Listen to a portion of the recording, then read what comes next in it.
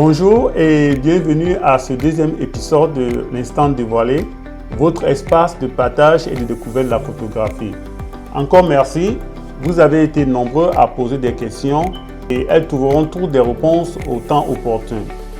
Pour lancer nos échanges d'aujourd'hui, j'ai choisi une question pertinente, assez pertinente, qui vient de Conan Eudes Pacom depuis Abidjan.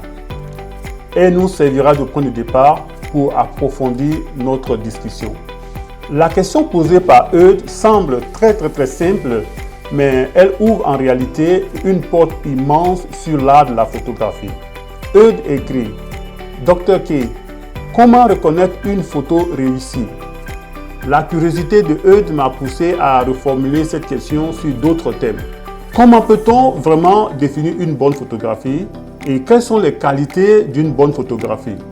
À travers cette réflexion, je voudrais partager avec vous quelques repères pour reconnaître non seulement une photo techniquement réussie, mais une image qui parle, une image qui touche et qui raconte une histoire.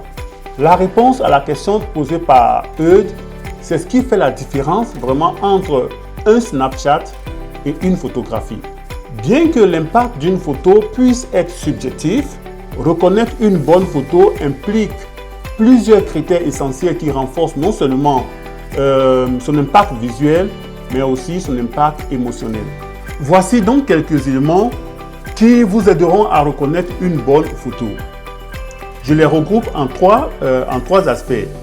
Et donc, il y a les aspects techniques, les aspects émotionnels et les aspects artistiques. Parce que, bien sûr, la photographie, c'est de l'art. Toutefois, il est important de noter que certaines règles varient selon chaque genre de photographie.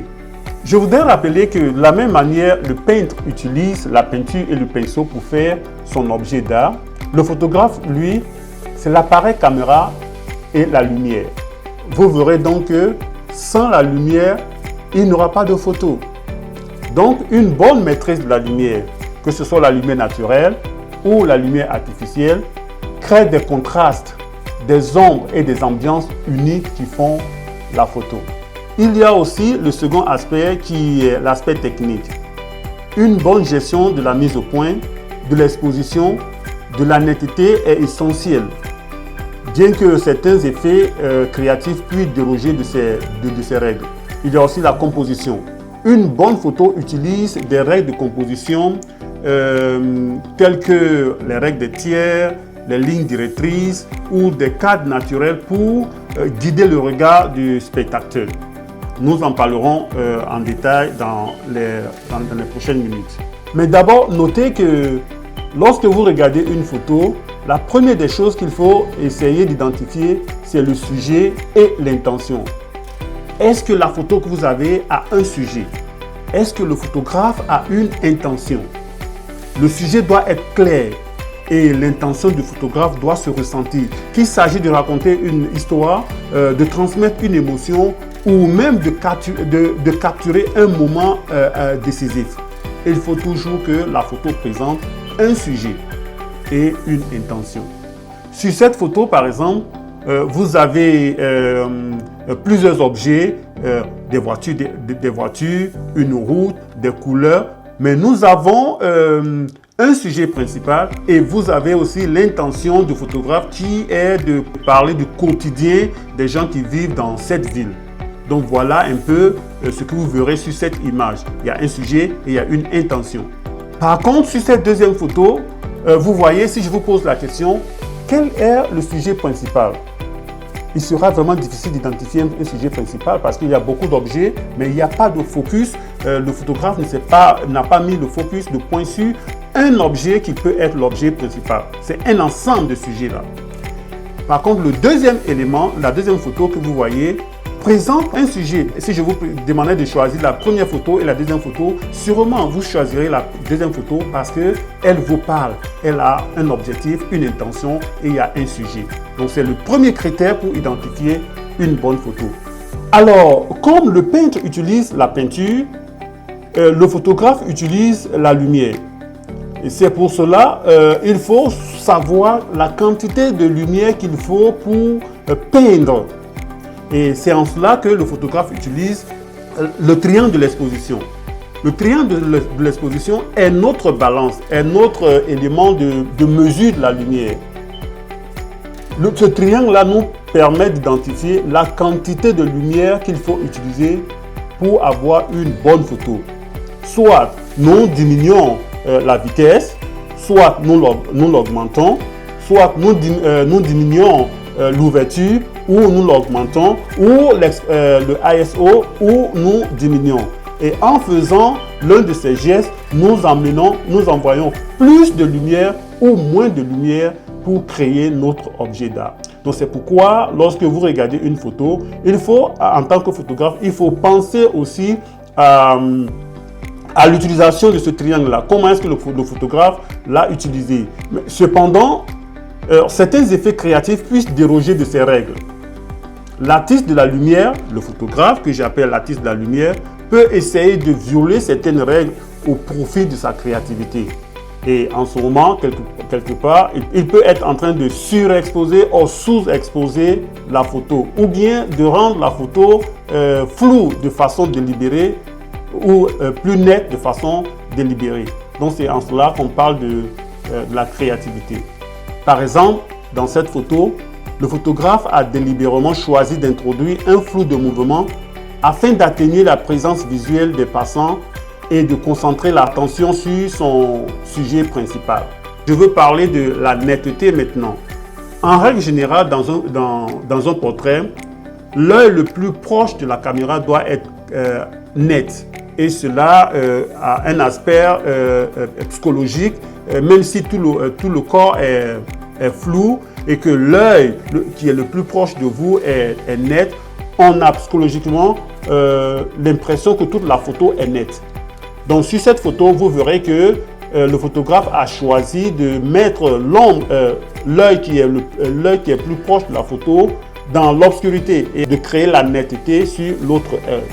Même dans une photo de paysage, il faut s'assurer qu'il y a de la netteté de l'avant-plan jusqu'à l'arrière-plan. Parlons un peu de la lumière. Sur cette photo, remarquons qu'il y a une mauvaise utilisation de la lumière naturelle par le photographe. Il y a une tache de surexposition sur le visage ou à des endroits de la photo, ce qui n'est pas bon à voir. Dans nos prochains épisodes, nous parlerons de comment corriger ces genres de problèmes dans une photo. La composition est l'élément suivant assez important qu'il faut considérer lorsque nous critiquons une photo.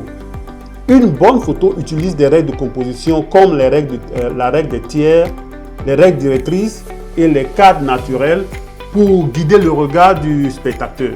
Voyez-vous, sur cette photo, il y a beaucoup d'erreurs de lumière, d'exposition, etc.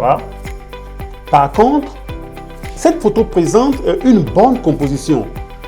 Elle utilise des règles de tiers, elle utilise des cadres naturels tels que le feuillage et les deux arbres comme cadre naturel pour encadrer les personnages. Et aussi, il y a l'utilisation des lignes directrices telles que les murs qui guident les yeux du spectateur vers le personnage. Donc cette photo a été bien composée malgré quelques erreurs de lumière et de couleur. Et alors, parlant de composition, voyez-vous que dans un portrait, lorsqu'une photo est mal recadrée, elle n'a pas une bonne apparence. Et pour cela, vous devez vérifier sur une photo si elle a été bien recadrée. Pour une photo portrait, il est recommandé que le recadrage soit fait avant et après les articulations. Les lignes vertes sont les places conseillées pour le recadrage d'une photo. Par contre, sur cette autre photo, vous voyez que le recadrage est fait dans les articulations. Et lorsque vous voyez une photo recadrée dans les articulations, on a l'impression que la personne a perdu une jambe, ou a perdu une main, ou a perdu des doigts. Elle ne remplit pas toutes les conditions pour être une bonne photo. Alors, parlons un peu de l'aspect émotionnel. Une photo réussie suscite une réaction émotionnelle. Que ce soit l'émerveillement, la nostalgie ou la curiosité, il faut une émotion. Alors, parlant d'émotion, j'ai identifié ici deux aspects d'émotion. Nous avons mémoire durable, et puis nous avons aussi le facteur waouh. Donc nous allons voir deux exemples de cela. Regardons cette image qui est là. C'est une belle image d'ailleurs, c'est une très belle image. Par contre, lorsque vous voyez la deuxième image, cette deuxième image vous donne une autre émotion. Une émotion qui va être gravée dans votre mémoire.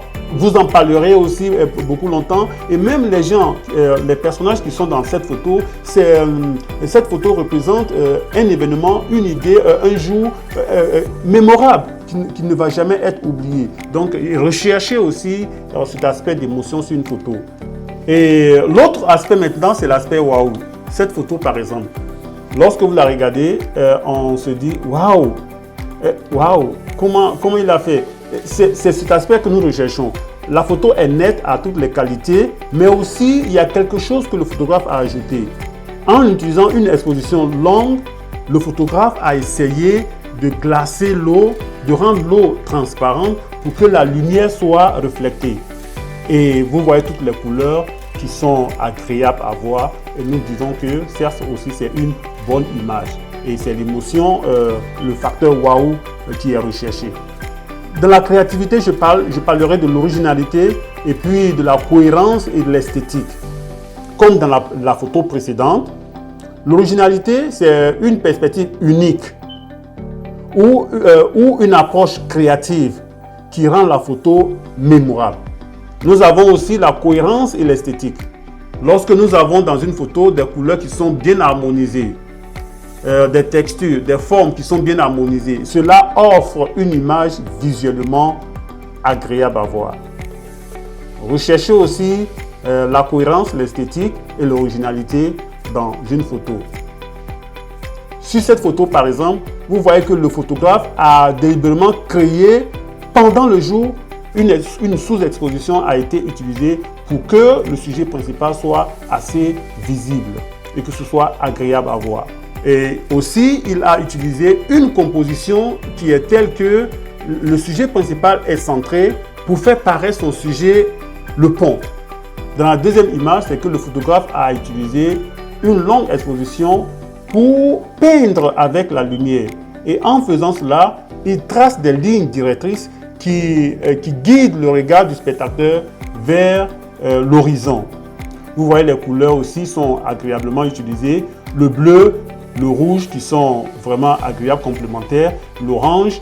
Donc c'est une photo qui est très agréable à voir. Elle peut aussi créer l'effet waouh dont on parlait tout à l'heure. En somme, je voudrais dire que j'ai parlé de plusieurs éléments, mais je voudrais vous dire qu'une bonne photo, une bonne image ne comprend pas nécessairement tous ces éléments. Par contre, une bonne image combine souvent plusieurs de ces éléments pour capturer ou pour captiver et retenir l'attention du spectateur. Il y a aussi des règles qui marchent pour tous les genres de photographie, mais il y a aussi d'autres règles qui sont spécifiques à certains genres de photographie.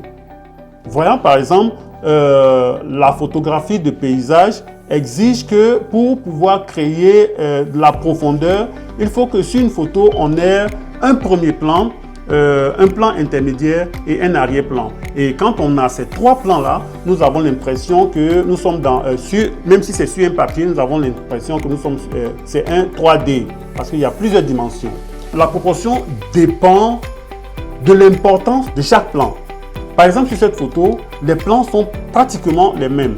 Lorsque le photographe reprend cette photo, recadre cette photo, vous voyez que le ciel a plus d'espace dans la photo. Parce que l'espace, le ciel ici est l'élément principal du photographe.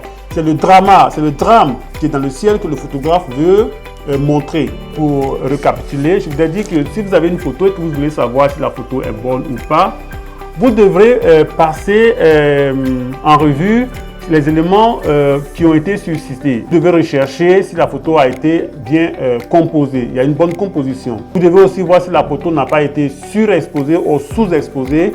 Or, si ça a été surexposé ou sous-exposé, est-ce que cela a été fait de façon délibérée? Est-ce que cela a un impact sur la photo, etc. D'abord, posez-vous la question si la photo a un sujet et si la photo a une intention. C'est l'élément premier d'ailleurs qu'il fallait discuter. Et vous parlerez ensuite de l'émotion que la photo vous fait.